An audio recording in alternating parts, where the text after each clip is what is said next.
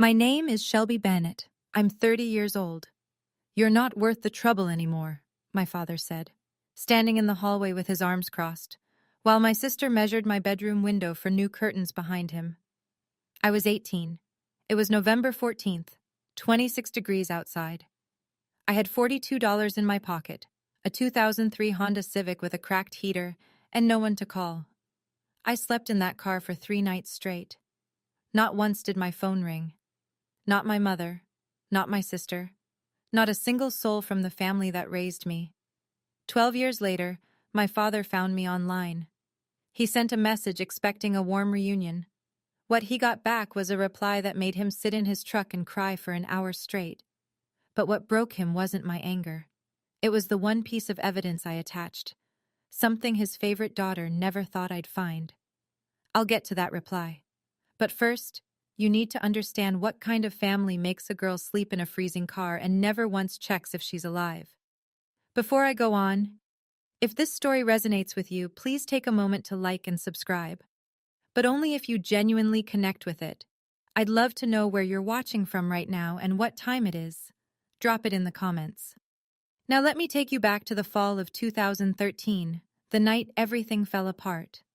My father, Gerald Bennett, was a United States Marine for 14 years. He ran our house the way he ran his unit, lights out at 10, chores on a rotation chart taped to the refrigerator, and absolutely no backtalk. If you disagreed with him, you were insubordinate. If you raised your voice, you were disrespectful. And if you did both, God help you. My mother, Patricia, was the opposite. Soft-spoken, gentle. The kind of woman who would bake cookies for a neighbor's funeral, but couldn't look her husband in the eye when he was angry. She loved us. I never doubted that. But love without courage is just watching. Then there was Jocelyn, my older sister, 20 years old, the golden child. She had a gift, not for art, not for school, but for knowing exactly what my father wanted to hear and delivering it with a smile. Yes, sir. You're right, Dad. I'll handle it. She was fluent in obedience, and in our house, obedience was currency. Me? I was the loud one, the difficult one, the one who asked why, when everyone else said yes, sir. I wasn't a bad kid. I made honor roll twice. I worked weekends at a sandwich shop, but I talked back, and in Gerald Bennett's home, that was an unforgivable sin. The night of November 14th started with a smell. My father claimed he caught something strange drifting from upstairs. He announced, not asked, announced, that he would be inspecting both bedrooms. I wasn't worried. I had nothing to hide. He started with my room, pulled open the top drawer of my desk, and there it was. A small Ziploc bag with something green inside. I'd never seen it before in my life. He didn't ask me a question, didn't give me a chance to speak. He just pointed at the hallway and said, "Pack your things." I looked past him. Jocelyn stood at the end of the hall. She wasn't surprised. She wasn't upset. She smiled, small, quick, then turned and walked away. I didn't understand that smile. Not then. It would take me 10 years to learn what it meant. I turned to my mother. She was standing in the kitchen doorway, dish towel twisted between her hands, tears already running. "Mom, please, it's not mine." She opened her mouth. Nothing came out. My father's voice cut through the hallway. "Patricia, don't!" She closed her mouth, looked at the floor, and said the words I'll carry for the rest of my life. "Just go, honey. Let him cool down. I'll talk to him." She never talked to him. Not that night, not the next day, not once in 12 years. I went upstairs. My hands were shaking so hard I could barely fold a shirt. I grabbed what I could. Clothes, my wallet, my phone charger, a jacket that wasn't warm enough. I didn't own a suitcase. I used a garbage bag. While I was stuffing jeans into black plastic, Jocelyn appeared in the doorway. She was holding a tape measure. "I'm so sorry this happened, Shell," she said. Her voice was soft, practiced. She even tilted her head like she'd seen people do on television. But her eyes were already scanning the room, the window, the closet, the corner where my bed sat. She was measuring for curtains before I'd finished packing. I dragged my bag down the stairs, across the living room, through the front door. My father stood on the porch, arms folded, jaw locked. He didn't look at me. He looked past me, At the yard, at the dark, at anything that wasn't his 18-year-old daughter leaving with a trash bag in November. As I stepped off the porch, I heard Jocelyn's voice behind me, soft and sweet, threading through the screen door. "I tried to warn you, Dad. She's been like this for months." I sat in the Honda, turned the key. The engine coughed to life. The heater rattled, then blew cold air. Just cold air, 26 degrees, $42. And that was that. The first night, I parked in the Walmart lot on Route 35. I pulled my jacket tight, draped my one spare hoodie across my legs, and sat there with the engine off because I couldn't afford to waste gas on a heater that didn't work. The windshield frosted over within an hour. I could see my breath. I pressed my forehead against the steering wheel and told myself I'd figure it out in the morning. I didn't sleep, not a single minute. The second night, I moved to the lot behind the public library. Quieter, darker. I figured nobody would bother me there. At 3 in the morning, a flashlight hit my window. A security guard, older guy, gray mustache, brown uniform. He knocked gently. "You okay, miss?" "Yes, sir." He studied me for a moment, nodded, walked away. That man, a stranger whose name I never learned, was the first person to ask me if I was okay in 48 hours. Not my father, not my mother, not my sister. A man with a flashlight and a $10 an hour badge. The third night was the worst. My fingers went numb around 9 o'clock and didn't come back. I tried calling my father. The number had been blocked. I called my mother. It rang 6 times. No answer. I called Jocelyn. Straight to voicemail. I sat there staring at my phone. 3 contacts. 3 silences. At 11 p.m., I called my best friend, Rachel Hollis. She picked up on the second ring. "Shelby, what's wrong?" I couldn't get the words out. My jaw was shaking too hard. "Stay right there," she said. "Mom's coming." 32 minutes later, headlights swept across the library lot. Diane Hollis stepped out of her minivan and opened my car door. She took one look at me, purple lips, white fingertips, my whole body trembling, and her face changed. She was a registered nurse. She knew exactly what she was seeing, early-stage hypothermia, 3 nights of it. She didn't say, "What happened?" She didn't say, "Let's talk about this." She wrapped a blanket around me, helped me into her passenger seat, and said the only thing that mattered. "You're safe now. That's the only thing that matters tonight." I woke up the next morning in the Hollis's guest bedroom, under a quilt that smelled like lavender fabric softener. For about 4 seconds, I didn't remember. Then it hit, all of it, and I stared at the ceiling while my chest caved in. The smell of oatmeal pulled me downstairs. Diane was at the stove. Rachel sat at the kitchen table, still in pajamas, red-eyed like she'd been up all night. Nobody rushed me. Nobody asked questions. Diane just set a bowl in front of me and sat down across the table. Then she said it. "You deserve a seat at a table where you don't have to fight for a plate." That was the moment. Right there. 11 words from a woman who owed me nothing. And they did what 18 years in my own home never could. They told me I was allowed to exist without earning it.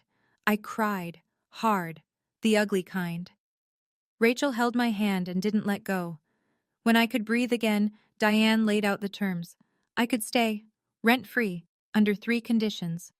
Finish my GED by spring, find part-time work, start applying to community college by summer, no exceptions, no charity, structure, and a future.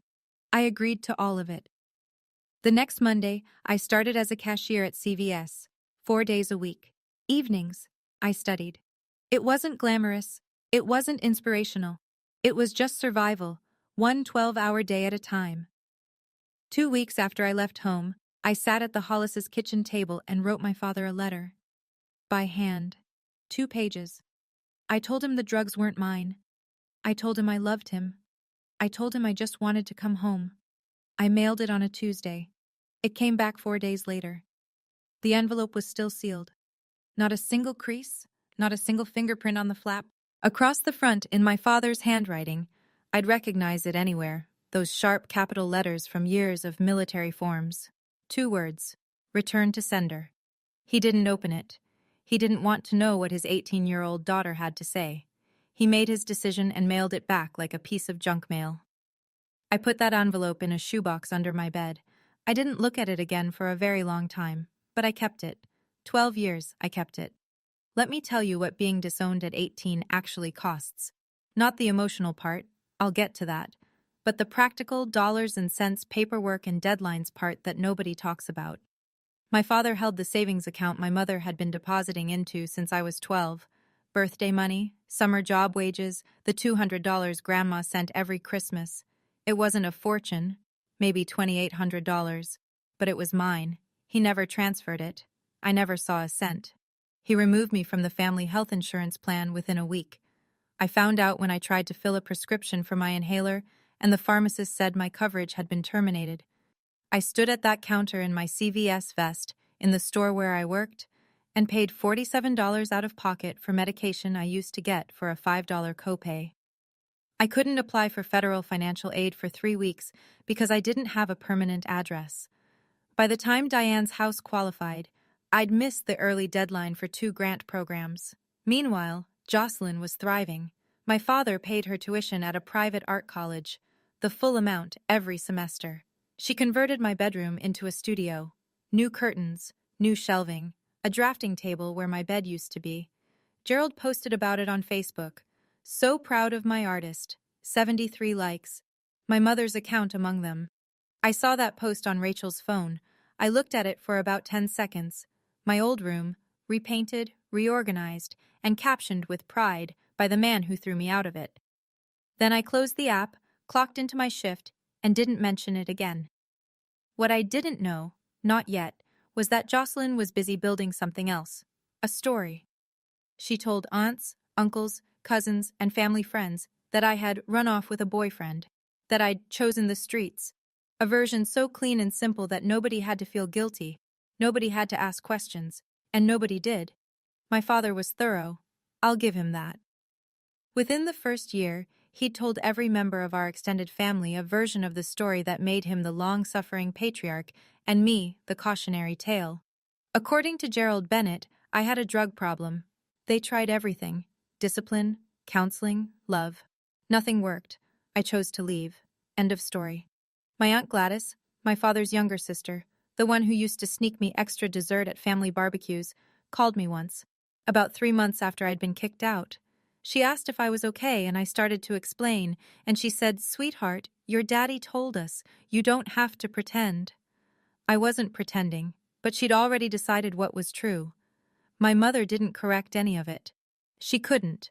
Gerald had drawn the line. We don't air our laundry, it's handled. And Patricia Bennett did not cross Gerald Bennett's lines, ever. Jocelyn, though, Jocelyn was an artist. Not with paint, with narrative. She posted a photo that Christmas, the 3 of them in matching red sweaters, standing in front of the tree, Gerald's arm around her shoulders. The caption read, "Grateful for my little family." 3 people, a family photo with a hole in it, and she framed the hole as a feature. Megan Torres, a mutual friend from high school who'd stayed in contact with both of us, told me something Jocelyn said at a party that winter. Casual, almost cheerful, like she was commenting on the weather. "Honestly, it's better without her. The house is so peaceful now." When Megan told me that, I was sitting on the floor of my room at the Hollis's house, studying for my GED. I put the phone down, stared at the wall, and then I opened my textbook and kept going. There was nothing else to do. 6 months after being kicked out, I almost gave up. It was a Wednesday. I'd just finished a double, 8 hours at CVS, then 4 hours bussing tables at a diner on 5th Street. My back ached, my feet were swollen. I sat in the Honda in the Hollis's driveway because I didn't have the energy to walk inside, and a thought slid through my head so quietly it almost felt like my own voice. Maybe he was right. Maybe I am the problem. I don't know how long I sat there, long enough for the windshield to fog. Diane found me at 2 in the morning.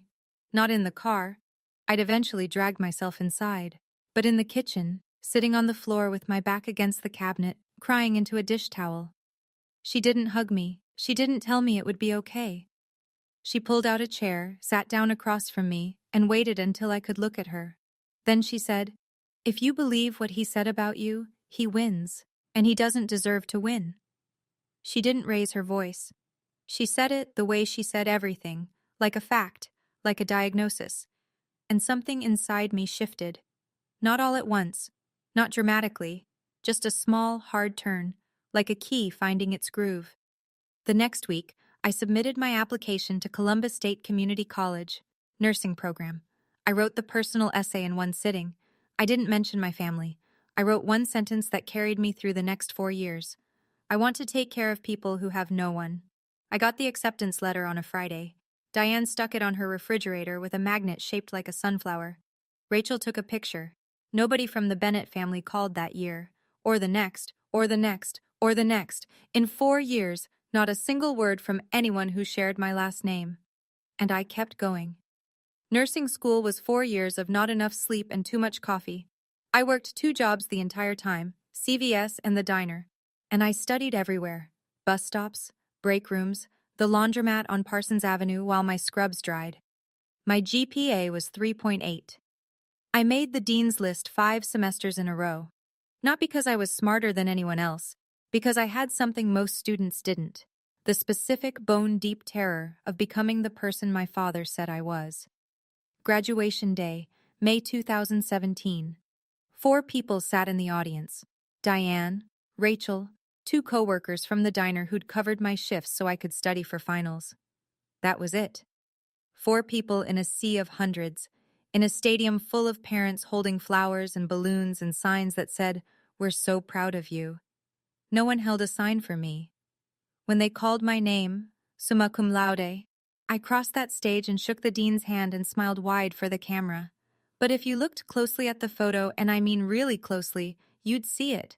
The smile reached my mouth but stopped just short of my eyes. I posted one picture on my private profile that night. No long caption, no gratitude list, just 2 words, RN, finally. Rachel, you did it, Shell. Me, no, we did it. Diane hugged me so hard I heard her back crack. She whispered in my ear, your mother would cry if she could see this. I pulled back, looked at her, and said the truest thing I knew. She can't. That's the point. While I was crossing that stage, Jocelyn was living in our parents' house, having dropped out of art school in her 3rd year. My father was still paying her bills. Nobody in the Bennett family mentioned me. I was erased. Not with anger, but with silence, which is worse. But what I didn't know yet was that my mother had seen the photo. Someone, I still don't know who, had sent it to her. And she cried. Not from pride. From the realization that her daughter had graduated and she hadn't been there, and the distance between those 2 facts was entirely her fault. Years later, Megan told me the full story. I'm going to share it because it matters. Not for sympathy, but for context. At some point after I left, my mother created a fake Facebook account. Generic name, stock photo of a sunset, no friends, no posts, no activity. Its only purpose was to follow my private profile, which she could just barely see through the gaps in my privacy settings. A profile picture here, a public comment there. She watched me from behind a screen name that wasn't hers, in a house where even that small act of care had to be hidden from her husband. Patricia wrote me messages, dozens of them apparently, on holidays, on my birthday, late at night when Gerald was asleep. She'd type them out, reread them, and delete them before hitting send. Every time. For years. She never sent a single one. I want to be clear about something. I understand why she was afraid. Gerald Bennett was not a man who tolerated dissent, and by the time I was kicked out, my mother had spent 25 years learning that lesson. Fear is real. I don't minimize it. But here's what I also know. Loving someone from a distance doesn't count if you chose the distance. She had a car. She had a phone. She could have driven to the Hollis's house any Tuesday afternoon while Gerald was at work. She didn't. Fear kept her still, and stillness kept me alone. There's one more thing. Jocelyn found out about the fake account. Megan told me this too.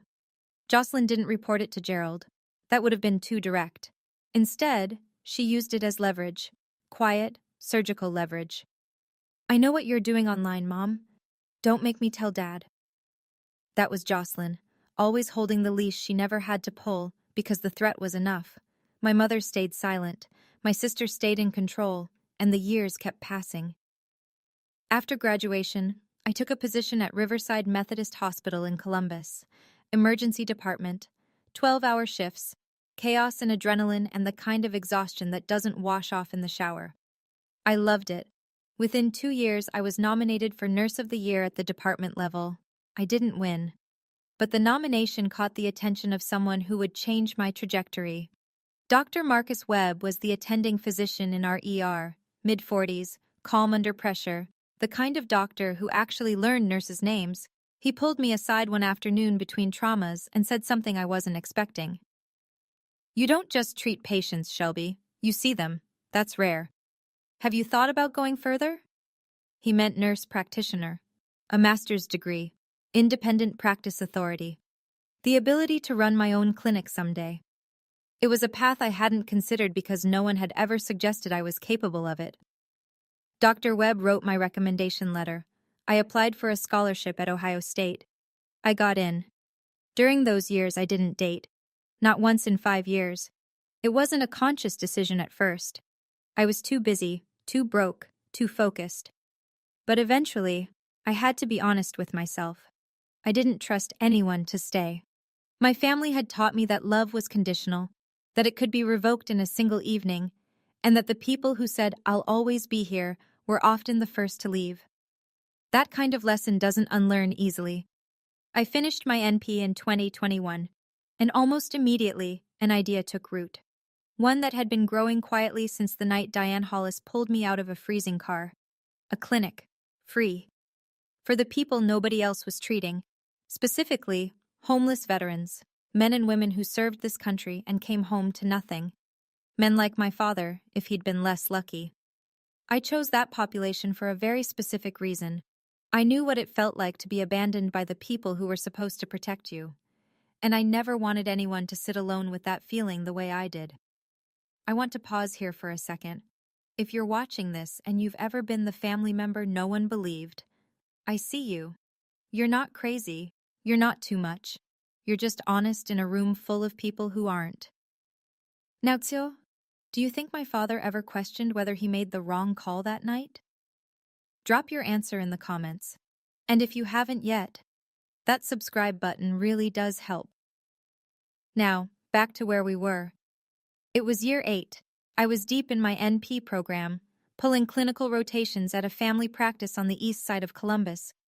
My life had settled into a rhythm, demanding, exhausting, but mine.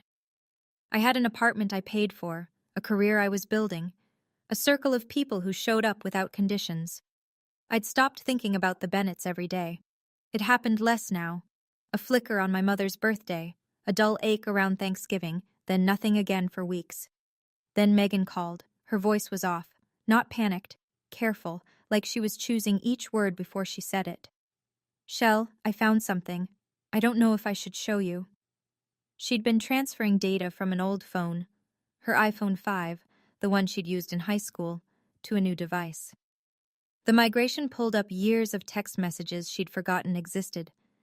And buried in a thread with Jocelyn, dated November 2013, was a message she'd never paid attention to. She read it to me. "LOL, I moved my stuff to Shelby's desk just in time. Dad's about to lose it," followed by a laughing emoji. Megan's voice cracked. "I'm so sorry, Shell. I didn't even register it back then.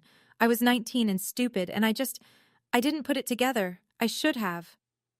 I didn't respond right away. The room was very still. I could hear the clock on my kitchen wall ticking. "Send it to me," I said. She did. A screenshot. Time-stamped. Jocelyn's name at the top. The text in a gray bubble, casual and grinning, like she was telling a joke. "LOL, I moved my stuff to Shelby's desk just in time." My stuff, her drugs, in my desk, on purpose. 12 years, Megan. I was 18 and freezing in a parking lot because of a text message with a laughing emoji. I saved the screenshot. I didn't show it to anyone. I didn't know what I'd do with it, or if I'd ever do anything at all. I just saved it in a folder on my phone and closed the screen. Some truths arrive too late to fix anything, but they still arrive. Building a clinic from nothing takes exactly as long as you think it does, plus 2 years. I spent 24 months writing grant proposals, sitting in meetings with nonprofit boards, touring vacant retail spaces with leaky ceilings, and learning a vocabulary I never expected. Zoning variances, 501c, 3 compliance, Medicaid reimbursement structures. Dr. Webb served as medical advisor.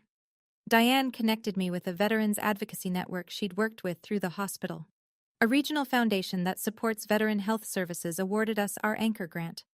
We opened in a converted storefront on Livingston Avenue. I named it Second Chance Community Clinic.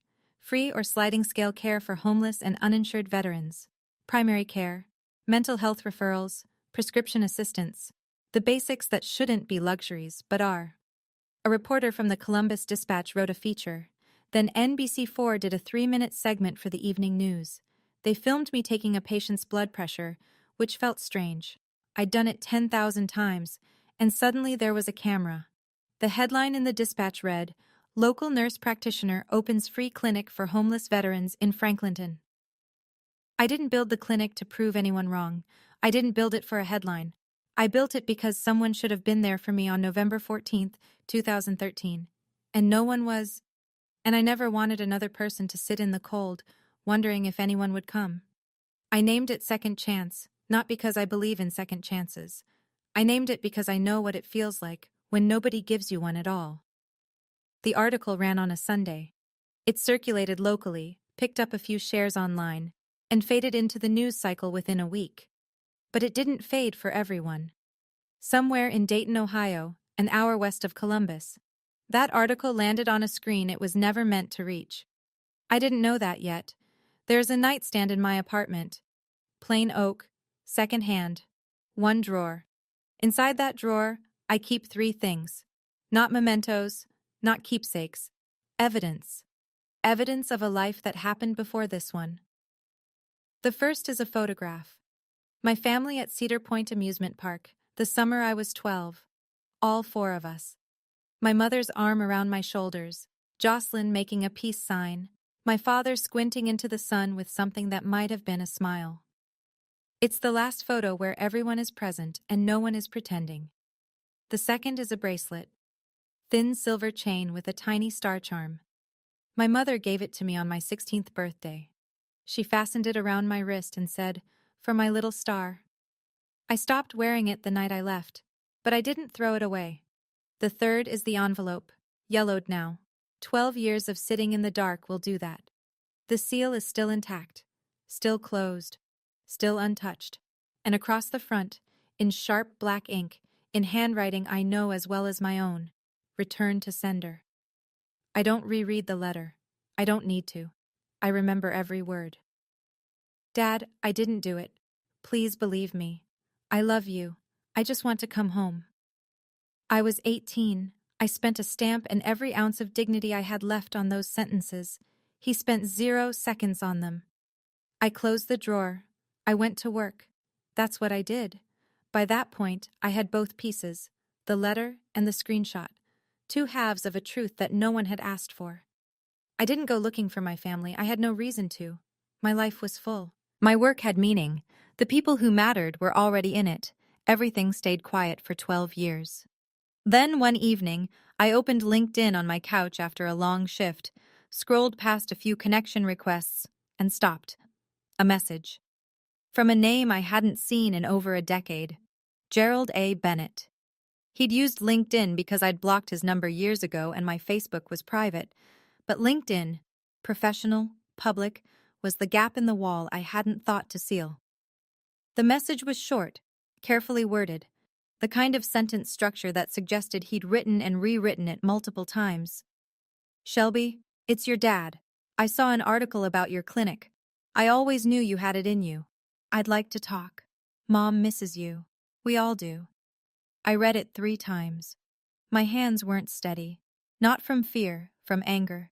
The slow, deep kind that lives underneath everything and only surfaces when someone says exactly the wrong thing in exactly the wrong way. "I always knew you had it in you." You always knew. You. The man who told me I wasn't worth the trouble. The man who blocked my number and returned my letter and let his other daughter sleep in my bed the same night I slept in a parking lot. You always knew I had it in me? That's what you're going with? I closed the laptop, laced up my running shoes, ran 5 miles, came back, showered, sat on the edge of my bed with wet hair and a pulse I couldn't slow down. I called Diane. He found me. A pause. I could hear her put something down. A mug, maybe. What do you want to do? I don't know yet. Then don't do anything yet. I didn't. Not that night. Not the next day. Not for 2 full weeks. The message sat in my inbox like a grenade someone had placed gently on a shelf and walked away from. But Gerald Bennett was never a patient man. And within those 2 weeks, he sent another message, one that changed everything. The second message was longer, more confident, like my silence was agreement. I'm telling you, Shelby, the family would love to hear from you. Aunt Gladys asks about you all the time. Your mother hasn't stopped talking about that article. Jocelyn's been asking about you too. Maybe we could set up a call. I think it's time. Jocelyn's been asking about you. Jocelyn, who hadn't spoken my name in 12 years, was suddenly asking about me. I almost laughed. Almost. I called Megan. What's going on with my father? Megan sighed. The kind of sigh that means I'm about to tell you something you won't like. Shell, he's been showing that article to everyone. Like, everyone. He shared it on Facebook. He brought it up at Ron and Gladys's barbecue last month. He's telling people you decided to do things on your own and that the family always supported you from a distance. I set my coffee down. He said what? He's rewriting the whole thing. The drug story is gone. Now it's, you were independent, you wanted to leave, he respected your decision, he's acting like he launched you. He threw me out, Megan. I know. He told them I was on drugs. I know. And now he's saying he supported me? He shared the Dispatch article with the caption, Proud Dad Moment. 61 likes. I sat with that for a long time. My father hadn't just abandoned me. He'd written the story of my life twice, once as a cautionary tale and once as a success story. And both times, he cast himself as the hero. The first version, we did everything we could. The second version, she got her strength from us. Neither version included the truth. Neither version included a frozen parking lot, a returned letter, or a laughing emoji. He didn't want me back. He wanted the narrative back, and he needed my cooperation to finish writing it. I sat on it for 3 more days. I went to work. I saw patients. I restocked supply closets and reviewed intake forms and did everything exactly the same as before. But underneath it all, something was building. Not rage, not revenge, just clarity. The kind that comes when you've been holding a question for 12 years and the answer finally stops being complicated. I called Diane on a Tuesday evening, told her about the second message, told her about the Facebook post, told her about the rewritten narrative. She listened. Then, you don't owe him a thing, but if you write back, write for you, not for him. I thought about what would happen if I stayed silent. Gerald would continue telling the family his version. Aunt Gladys, Uncle Ron, every cousin and in-law. They'd all believe the story of the proud father and the independent daughter. I'd be erased twice. Once when he threw me out, and again when he pretended he didn't. That was the thing I couldn't live with. Not his cruelty. I'd survived that. His revision. The idea that he could take 12 years of my suffering and repackage it into a feel-good Facebook caption. That my truth would never exist outside my own head. I didn't sit down to write a revenge letter. I sat down to tell the truth. There's a difference, and it matters. I opened my laptop, created a new document, and I started with the date, November 14th, 2013. It took me 3 hours. Not because I didn't know what to say, because I kept stopping to breathe. Every sentence was a door I'd closed years ago, and opening them all at once was like walking through my own wreckage. When I finished, I attached 2 files, a photograph of the envelope, sealed, yellowed, returned to sender in his handwriting, and Megan's screenshot. I copied the text into a LinkedIn reply. Read it once. Read it again. Hit send. 11:47 p.m. I closed my laptop, went to bed, didn't sleep. I had no idea what would happen next. But I knew this. Whatever Gerald Bennett felt when he read that message, that was no longer my weight to carry. I'd given the truth back to the person who made it. This is what I wrote. I'm going to read it to you exactly as I sent it, because you've earned the full version. Dad, you said I wasn't worth the trouble. Here's what happened after you decided that. November 14th, 2013. 26 degrees. You told me to pack my things. You didn't ask if the drugs were mine. You didn't let me speak. You pointed at the door and I walked through it with my clothes in a garbage bag. November 14th. First night. I parked in the Walmart lot on Route 35. The heater was broken. I draped a hoodie over my legs and didn't sleep. November 15th. Second night. The library parking lot. A security guard knocked on my window at 3 a.m. He asked me if I was okay. That man, a total stranger, was the first person to check on me in 48 hours. Not you, not Mom, not Jocelyn. November 16th. Third night. I called you. Blocked. I called Mom. No answer. I called Jocelyn. Voicemail. 3 contacts. 3 silences. At 11 p.m., I called my friend Rachel. Her mother, Diane Hollis, drove 32 minutes across town to a library parking lot to pick up your daughter. She found me shaking, with purple lips and white fingertips. She's a nurse. She recognized early-stage hypothermia when she saw it. A stranger's mother saved my life. Mine didn't answer the phone. December 2013. 2 weeks after you threw me out, I wrote you a letter. By hand. I told you the drugs weren't mine. I told you I loved you. I told you I just wanted to come home. You mailed it back unopened. Your handwriting. Return to sender. You didn't spend 1 second on it. You told the family I had a drug problem. You told them I chose the streets. You rewrote my life so you could sleep at night. That was the first part, but it wasn't the part that broke him. The message continued. Here's what you missed, Dad. All of it. Every milestone. Every moment you weren't there for. Not because you couldn't be, but because you chose not to be. 2014. I got my GED while working double shifts at a pharmacy counter. No one clapped. No one took a picture. I went home and studied for the next test. 2015. I started nursing school at Columbus State. I paid for it with federal loans and a second job bussing tables at a diner. You paid for Jocelyn's art degree in full. She dropped out junior year. 2017. I graduated. Summa cum laude. 4 people were in the audience. A woman who owed me nothing, her daughter, and 2 coworkers from a restaurant. You weren't one of them. Mom wasn't one of them. I crossed that stage alone. 2019. I completed my Nurse Practitioner program at Ohio State. I treated my first patient independently on a Monday afternoon. When I got home, I picked up my phone to call someone. The person I wanted to call was you. I put the phone down. 2021. I opened a free clinic for homeless veterans. The kind of men you served with, Dad. The kind of men who came home from war and found out that the people who were supposed to be there had already moved on. I named it Second Chance. Not because I believe in second chances, but because I know what it feels like when nobody gives you one. 2025.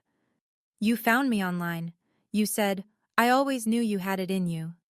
You didn't know. You weren't there. Knowing requires presence, Dad. You were absent for 12 years. You didn't just miss my life. You chose to. I paused there, took a breath. Then I wrote the last section, the one with the attachments. One more thing, Dad. You kicked me out because you found drugs in my desk. I told you they weren't mine. You didn't believe me. You didn't even ask. They were never mine. I've attached a screenshot. It's a text message from Jocelyn to a mutual friend, dated November 2013, the same month you threw me out. It reads, LOL, I moved my stuff to Shelby's desk just in time. Dad's about to lose it. Followed by a laughing emoji. Your golden child put her drugs in my desk drawer and stood in the hallway watching you throw me out. She measured my bedroom window for new curtains before I finished packing a garbage bag. And then she spent 12 years playing the loyal daughter while I slept in a car. I've also attached a photo of the letter, the one I sent you 2 weeks later, sealed, unopened, your handwriting across the front, returned to sender. Your 18-year-old daughter wrote, I love you, I just want to come home. And you mailed it back like junk mail. I kept both, not as weapons, as proof that I tried and you didn't. I'm not writing this to hurt you. I'm writing it because you asked to reconnect, and I think you should know what you're reconnecting to. Not the version you told the family, not the proud dad moment you posted on Facebook, the real version. I don't hate you, Dad, but I can't give you the reunion you're looking for. You're not reaching out because you miss me. You're reaching out because my name was in the newspaper and you need a new story to tell. I won't be your story, I'm my own. Shelby. That was the reply. Every word. I sent it at 11:47 on a Tuesday night and closed my laptop. I didn't know when he'd read it. I didn't know how he'd react. I only found out later. Through Megan, through Gladys, through the slow, jagged chain of people who witnessed what came after. Here's what I was told. Gerald read the message in the living room. Patricia was in the kitchen. He was sitting in his recliner, the same one he'd been sitting in for 20 years, scrolling through LinkedIn on his phone. He opened my reply expecting, I imagine, something warm, something grateful, something that confirmed the story he'd been telling. He read it in silence. Patricia said she heard nothing. No reaction, no gasp, no curse, just quiet. And then the sound of the front door opening and closing. She looked out the kitchen window. Gerald walked across the yard, opened the driver's door of his truck, a blue Ford F-150, Marine Corps sticker on the rear bumper, and sat behind the wheel. He didn't start the engine. He didn't turn on the lights. He just sat there. Patricia waited 10 minutes, then 20. She put on her coat and walked outside with a glass of water. She tapped on the window. He didn't open the door.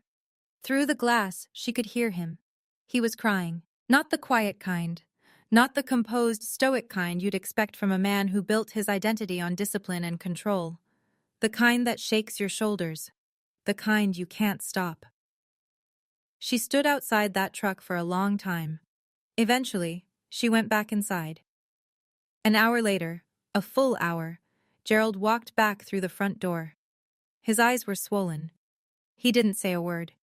He placed his phone on the kitchen table, opened to my message, and pushed it toward Patricia. Read it. She did. Then she cried too. Gerald sat down across from her, and for the first time, according to what Megan later heard from Gladys, he asked the question he should have asked 12 years ago. Did you know? About Jocelyn? Patricia shook her head. Gerald picked up his phone and called Jocelyn. She didn't answer. He called again. Voicemail. He called a third time, a fourth. She never picked up. The next morning, he drove to her apartment. That was it. That was the reply. If you're still here, genuinely, thank you. Now here's my question. Do you think my father's tears were for me or for himself? Because I've thought about that for a long time and I still don't have a clear answer. Let me know in the comments. And if this story hits close to home, share it with someone who needs to hear it. Here's what happened next. I wasn't there for what happened at Jocelyn's apartment. Everything I know came through Megan, who heard it from Patricia, who heard it from Gerald. A chain of voices relaying the moment a family cracked along a fault line that had been there for 12 years. Gerald drove to Jocelyn's place the next morning, early, before 8. He knocked on the door hard enough that her neighbor opened theirs first. Jocelyn answered in a bathrobe. Dad? What's going? He held up his phone, the screenshot on the screen. Is this real? She looked at it. Her expression did something complicated. A flicker of recognition, then the mask sliding into place. That's taken out of context. Your sister slept in a car for 3 nights, in November, because of you. You're the one who kicked her out, not me. You're right. I did, because I believed you. That landed. You could tell, Patricia said, because Jocelyn didn't have a follow-up. For the first time in her life, the script ran out. Gerald didn't yell, he didn't slam anything. His voice, Patricia said, was the quietest she'd ever heard it, and that was somehow worse. Don't call the house for a while. He turned and walked back to his truck, didn't look back. Jocelyn stood in the doorway. I'm told she called Patricia within the hour, sobbing, not apologizing, not explaining, but performing. Dad is attacking me because of Shelby. This is so unfair. I can't believe you're all taking her side. My mother, the woman who had spent 25 years choosing silence, said something she'd never said before. No, He's hurting because of what you did. So am I. And then she hung up. Megan told me Patricia's hands were shaking when she set the phone down, but she set it down, and she didn't pick it back up. The truth moved through the family the way truth always does when it's been delayed. Fast, messy, and without anyone's permission. Gerald called Gladys that same week, his younger sister. The one who'd called me once years ago and taken his word over mine. He told her everything. The screenshot, the letter, the parking lot, the hypothermia. Gladys was quiet for a long time. Then, "You let that girl sleep in a car, Gerald. She was a child." "I know." "And you told me she was on drugs." "I know." Gladys hung up and called me. I almost didn't answer. Her number had been absent from my phone for over a decade, and seeing it felt like a hallucination. But I picked up. "Sweetheart," her voice was thick. "I'm sorry. I should have checked. I should have asked you directly. I took his word and I shouldn't have." I sat on my couch and stared at the wall across the room. A small crack ran along the baseboard I'd been meaning to fix for months. "You believed what was easier to believe, Aunt Gladys." "Yes, and I'm ashamed of that." I didn't tell her it was okay, because it wasn't. But I didn't hang up either. Uncle Ron cut contact with Jocelyn entirely.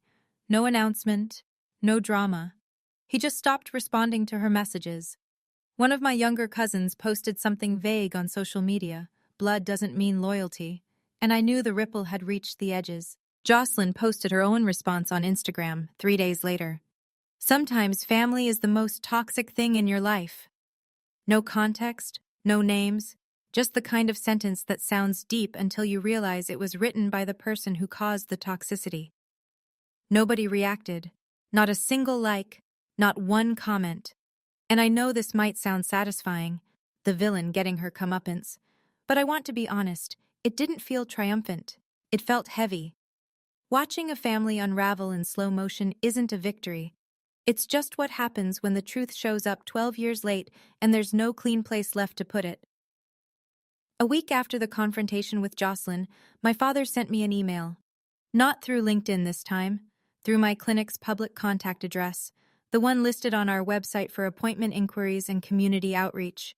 He'd found it the way anyone would. He typed it into the general inquiries field like a stranger. "Shelby, I read your message 7 times. I read the letter. The one I sent back. Your mother found a draft copy in your old desk, in the room I let your sister take. I read every word. I can't undo what I did. I'm not going to list excuses because there aren't any that hold up. I was wrong. About all of it. I don't expect you to forgive me, but I needed you to know I hear you now."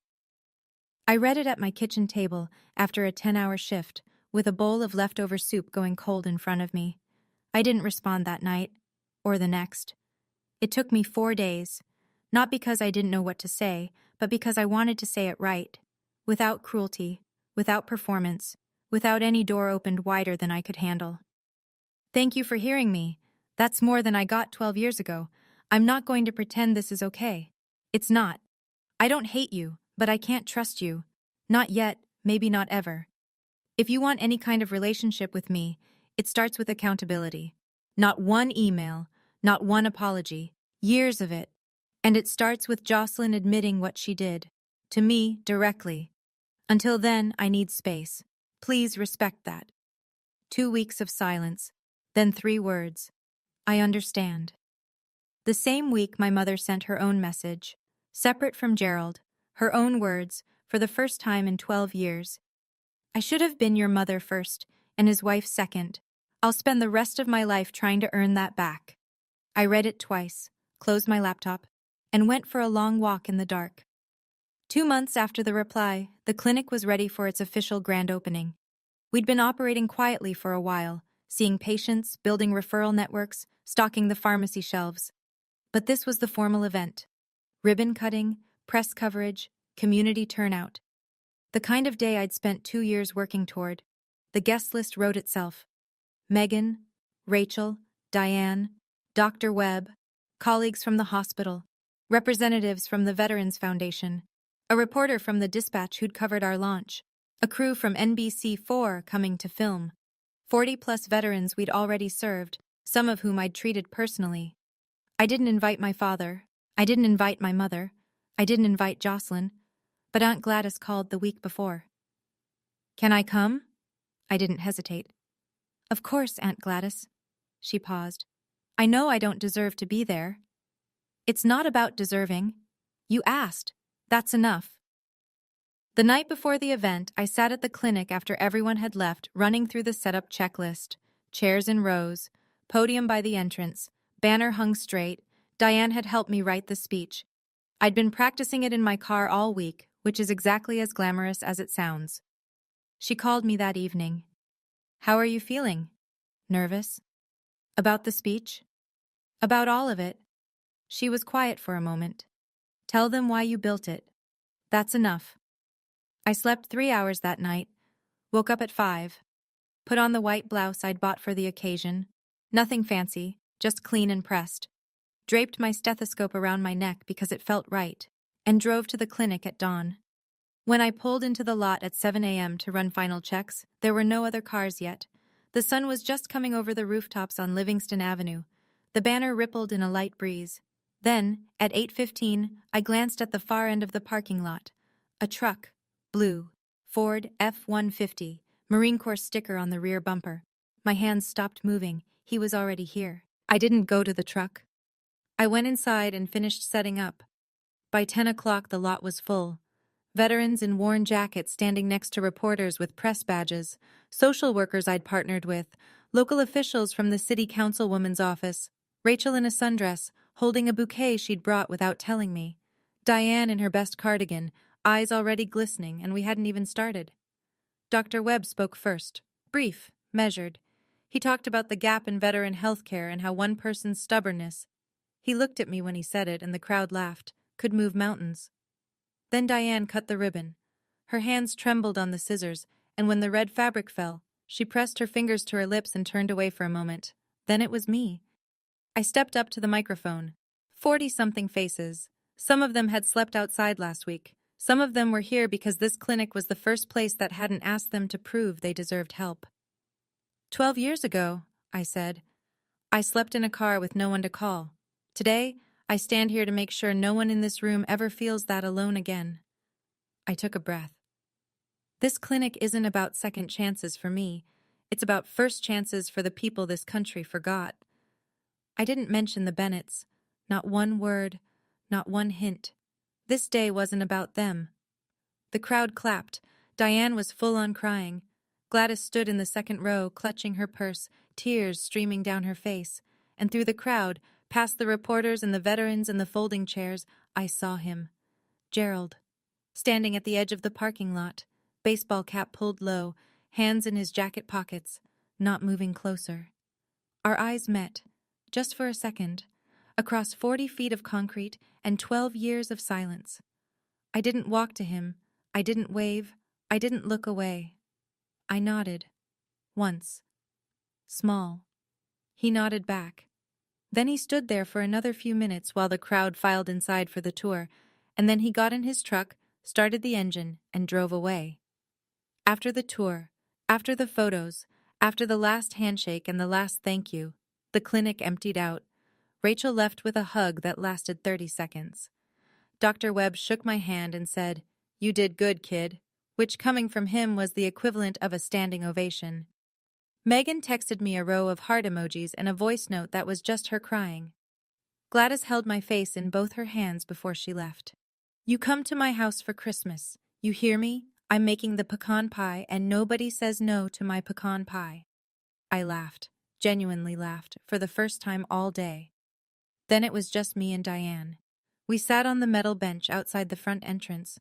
The banner was still up. A few stray programs fluttered on the ground. The sun was going down behind the strip mall across the street, and the light turned everything amber. "He came," I said. "He did. I don't know what to do with that." Diane didn't answer right away. She folded her hands in her lap, the same hands that had wrapped a blanket around me in a library parking lot 12 years ago. "You don't have to do anything with it," she said. "It's his to carry now." And sitting there in the fading light, I understood something I hadn't before. For 12 years, I'd carried the truth like a weight strapped to my back. The letter, the screenshot, the parking lots, the silence, all of it. The reply wasn't revenge. It was me handing the weight back to the person who created it. Here. This is yours. I'm done holding it for you. For the first time in 12 years, I felt light. Not because my father cried in his truck, not because Jocelyn was exposed, not because the family finally knew, because I no longer carried the truth alone. When I got home that night, the volunteers had left a card on my desk. 43 signatures, veterans, staff, friends. Inside, someone had written, "You gave us a place to belong." On the reception table, there was an envelope. No name. Inside, $500 in cash and a slip of paper. For the clinic. G. I put it in the donation box. No exceptions. No special treatment. Just another contribution to a place that existed because someone, once, decided a girl in a parking lot wasn't worth the trouble. I'm not going to stand here and tell you what to learn from my story. I don't think it's my place to give you a lesson. But I can tell you what I learned from living it. I don't tell this story so you'll hate my father. Gerald Bennett was a man driven by fear. He lost a brother-in-arms to addiction after the Gulf War, watched a man he trusted destroy himself, one fix at a time. That fear burrowed into him and never left. When he smelled something in the house and found a bag in his daughter's desk, every alarm in his body went off at once. He wasn't thinking. He was reacting to a ghost from 30 years ago. He was wrong. He was catastrophically, unforgivably wrong. But I understand the machinery that made him wrong, and that matters to me. I also don't tell this story so you'll feel sorry for me. I have a career, a clinic, a life I'm proud of. I built it with my own hands, on a foundation laid by people who chose me when my own family didn't. That's not tragedy.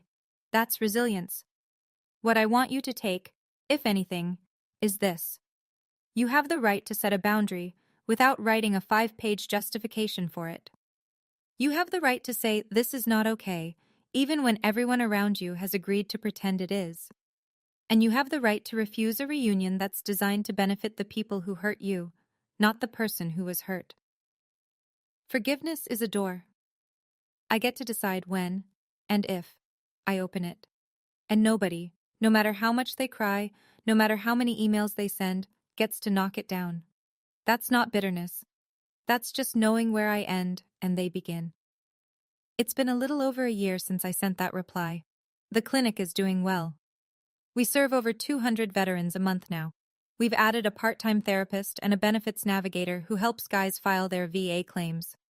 Last quarter, we got a grant to extend our hours on Saturdays. It's not glamorous work. Most days, it's blood pressure checks and medication refills and long conversations with people who just need someone to sit with them for 10 minutes.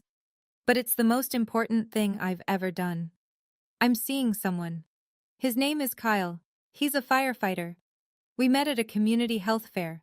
He was manning the fire safety booth next to our clinic's table, and we argued about whether CPR dummies are creepy. He's kind and steady, and he doesn't try to fix me. When I told him this whole story, he didn't say, "You should forgive them." He said, "What do you need?" And I knew. My father emails once a month. Short messages. Never pushing. Sometimes it's a question about the clinic, sometimes it's just thinking of you.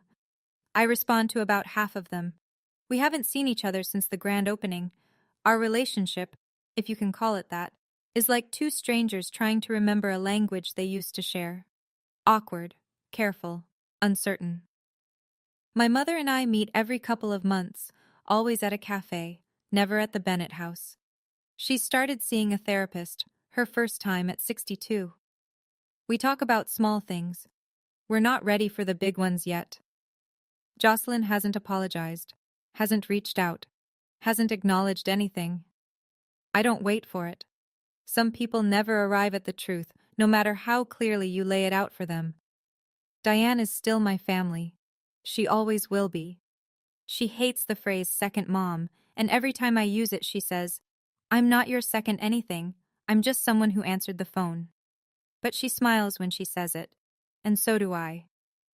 One more thing. A few months ago, I found out that my mother, using her old fake Facebook account, the one Jocelyn used to hold over her, had submitted an anonymous nomination for the Ohio Nurse of the Year award. She'd typed up a letter about my work, my clinic, my patients. She submitted it under a name I didn't recognize. I didn't win. But I read the nomination form after a colleague forwarded it, and I recognized her voice in every sentence. Tentative, careful, full of love she still didn't know how to deliver in person.